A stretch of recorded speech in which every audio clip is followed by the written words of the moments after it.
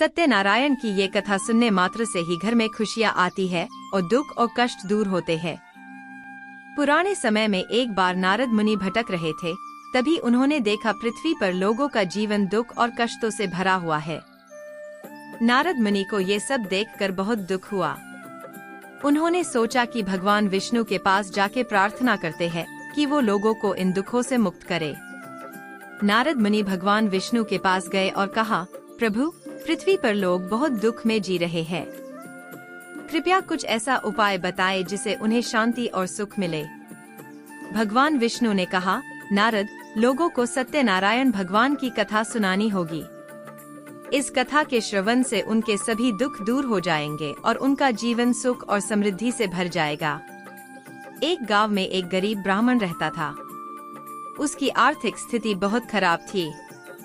उसके पास खाने के लिए भी पैसे नहीं थे। एक दिन उसने एक संत को सत्यनारायण कथा के बारे में बताते सुना।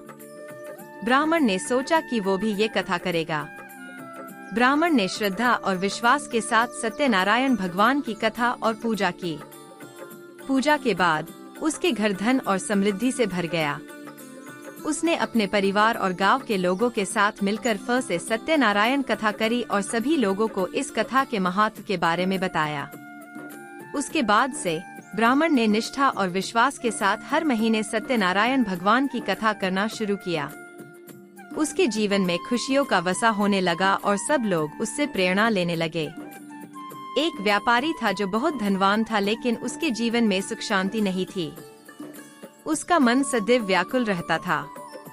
एक दिन व्यापारी को भी किसी ने सत्यनारायण कथा के बारे में बताया। व्यापारी ने भी श्रद्धा के साथ पूजा और कथा करी। व्यापारी ने अपने परिवार के साथ मिलकर पूजा और कथा करी।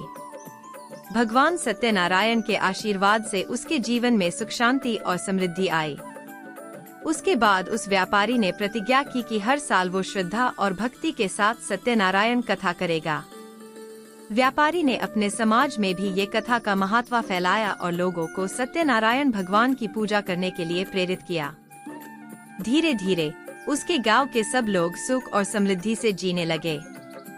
एक बार एक राजा था जो अपने प्रजा के सुख के लिए चिंतित रहता था।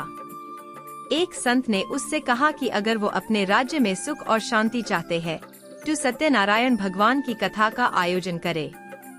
राजा ने संत की बात मानी और बड़े धूमधाम से कथा और पूजा का आयोजन किया।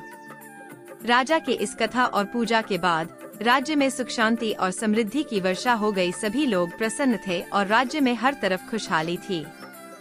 राजा ने प्रतिज्ञा की कि वो हर वर्ष ये कथा करवाएंगे। एक और कथा एक किसान के बारे में है। किसान के खेत में फसल अच्छी नहीं हो रही थी और उसका परिवार भूख और प्यास से पीड़ित था। एक दिन किसान को एक संत ने सत्यनारायण भगवान की कथा सुनने का सलाह दिया। किसान ने श्रद्धा और भक्ति के साथ कथा और पूजा की। अगले ही साल उसकी फसल बेहतरीन हुई और उसके परिवार का जीवन सुख और समृद्धि से भर गया। कथा के अनुसार जो भी व्यक्ति श्रद्धा और विश्वास के साथ सत्यनारायण भगवान की पूजा और कथा करता है, उसके सभी दुख दूर हो जाते हैं और उसके जीवन में सुख और समृद्धि आती है। ये कथा हमें ये सिखाती है कि भक्ति और विश्वास से सब कुछ संभव है।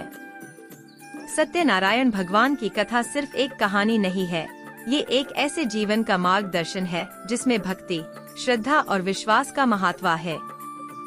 जब हम भगवान सत्यनारायण की कथा सुनते हैं और श्रद्धा से पूजा करते हैं, तब हमारे जीवन में आने वाले सभी दुख दूर हो जाते हैं और हम सुख और समृद्धि से जीते हैं।